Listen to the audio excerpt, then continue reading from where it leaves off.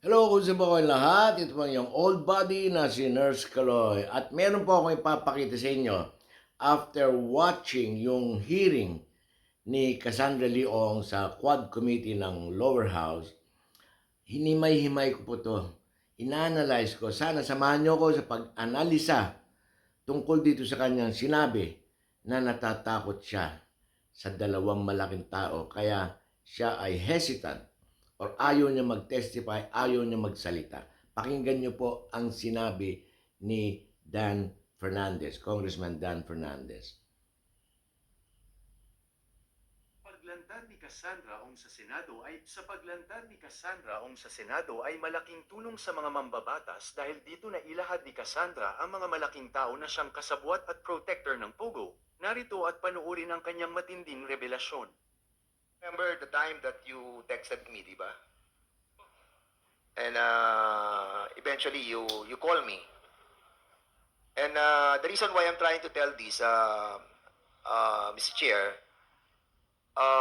during the time that we have conducted that committee hearing, that joint committee hearing, Cassandra, in the spirit of transparency, Cassandra, I will tell the body, that you texted me and you called me. Para at least malaman nila kung saan tayo magsisimula. But the reason why you called me is to ask for help kung ano yung dapat mong gawin. Am I right? You can answer. Yes po. Yes, and during our conversation, sinabi mo kung ano yung dapat mong gawin. Is this correct, Cassandra? Yes po. Alright. And sa text mo sa akin, and I know that this came from your heart, sinabi mo dito sa text mo na, "Hi Kong, thank you for the time to pick up the call. Sana matapos na po, puro na lang allegation. Pag-pray ko din po, maging fair enough din po. I'm not involved in politics and will not po. Ayaw ko din pong madamay sa away po ng malalaking tao. Mabuhay po ang Pilipinas. Mabuhay si PBBM." Ayun po, nabanggit po niya. Kaya ayaw niya mag-testify, ayaw magsalita dahil takot siya na ma-involve sa dalawang malalaking tao. Yun po, atin pong pag-aralan kung sino by showing you mga evidence kung sino dun sa dalawang tao ang nagpoprotekta sa kanya o yung kayo ang mag-isip, mag-analyze.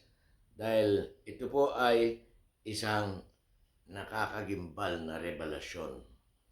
Papakita ko po ang larawan na to.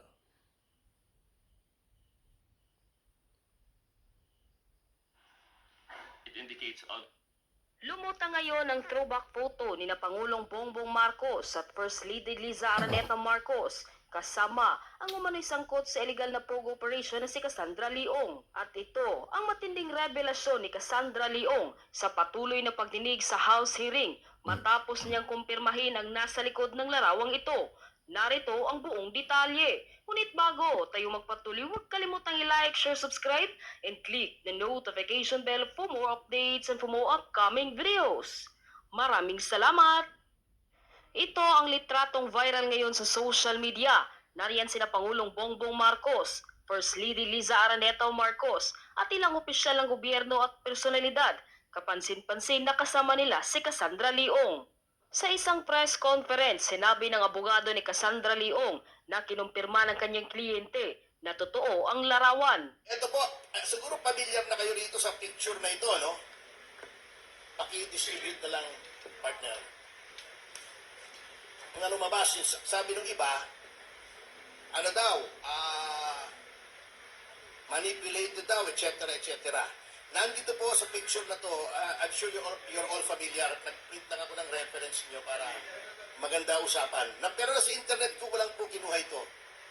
Akala ko nga nung una, nung hindi ko pa kliyente si Miss Cassie Leong, ay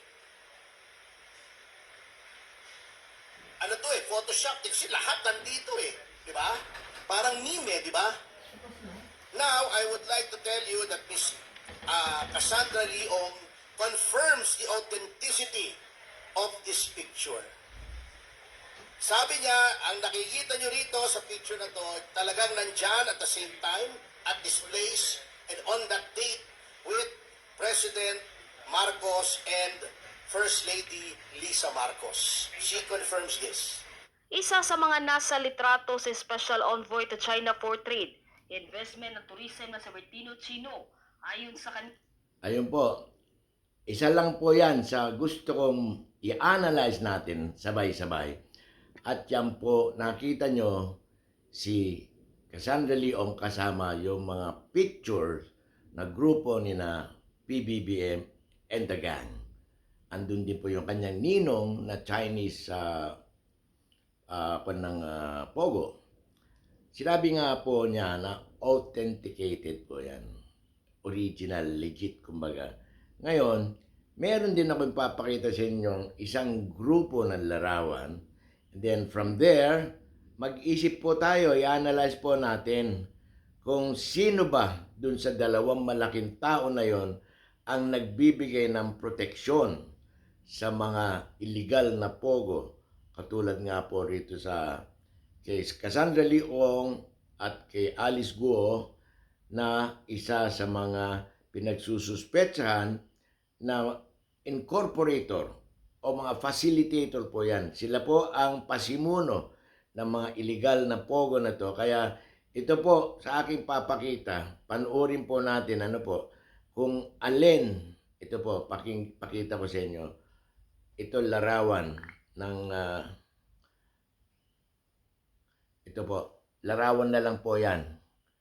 Makikita nyo sa larawan na yan, ayon po si Alice Guo at si former President Duterte. Kasama po yan nung mga ibang alipores o mga bata tauhan ni former Digong at si Bongo, si Paeldon. Yan po ay kuha dun sa bahay ni former President Duterte sa Davao. Sinasabi po sa caption na matagal na po sila magkakilala at noon nga pong nangangampanya pa lang si Alice Guo, sinuportahan daw siya ng past administration. So meaning, si former President Digong ay sinuportahan si Alice Guo sa pagiging mayor ng Bamban Tarlac. Ngayon po, ang gusto ko i-point out dito, sino dun sa dalawang malaking tao na yon ang kinatatakutan ni Cassandra Leong? Kayo po ang mag-isip, analyze natin, lalo pat sinasabing nakalaya na si Alice Guo, nahuli na raw siya sa Jakarta. Ngayon, malamang sa malamang, gigisain din yan sa Kongreso at sa Senado. Sino sa dalawa ang babanggitin nilang pangalan na supporter ng Pogo na to sa Pilipinas? Yun lang po, maraming salamat. Disclaimer lang po, wala po akong pinapanigan sa dalawang taong nababanggit sa video ito. Please like and subscribe. Maraming salamat po.